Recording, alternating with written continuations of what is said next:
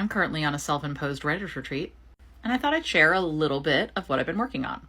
I'm going to read some excerpts here, but if you want to read the whole thing, it is over on my Substack, meredithconstant.substack.com. And because I'm not sure if people know this, Substack is free. People can pledge money to your Substack, but you don't have to. Opening paragraph. A bright-eyed girl with curly dark hair and a smattering of freckles sits in her 7th grade classroom.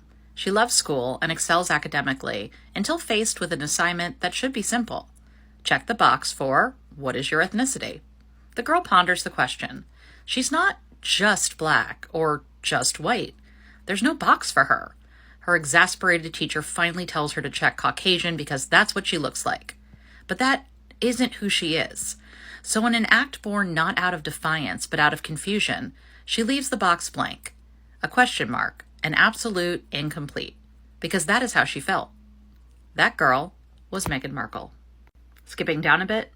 When the news broke about famous bachelor Prince Harry's new love interest, a mixed-race American working actress and divorcee, the British media quickly engaged in what Afua Hirsch in her book British, on Race, Identity, and Belonging, describes as classic British racism, only half said and half implied, a kind of polite prejudice that is only more pernicious for its subtlety.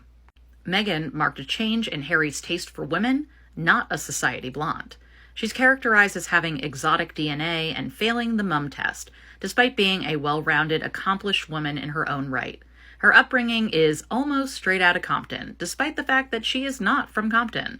Another article questioned if Prince Harry was marrying into gangster royalty. These are just a sampling of stories dropped within the first week when Prince Harry and Meghan's relationship became public.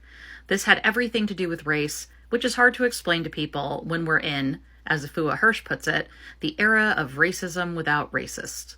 It was the story of Hirsch's life and now Meghan's as well. I specifically look at this article and describe how it's chock full of dog whistles. We then go into the Jezebel stereotype about how white women are historically portrayed as models of virtue and modesty, and black women as promiscuous and predatory. The Daily Mail's article, like thousands of others since Harry and Meghan became an item, paint a picture of Harry as the bumbling, naive prince, and Meghan as the conniving seductress who bewitched him. Again, if you want to read the whole thing, it is on my Substack. You can also read part 1 that focuses on Dodi and Diana. It also has all my source notes. Thank you in advance for reading.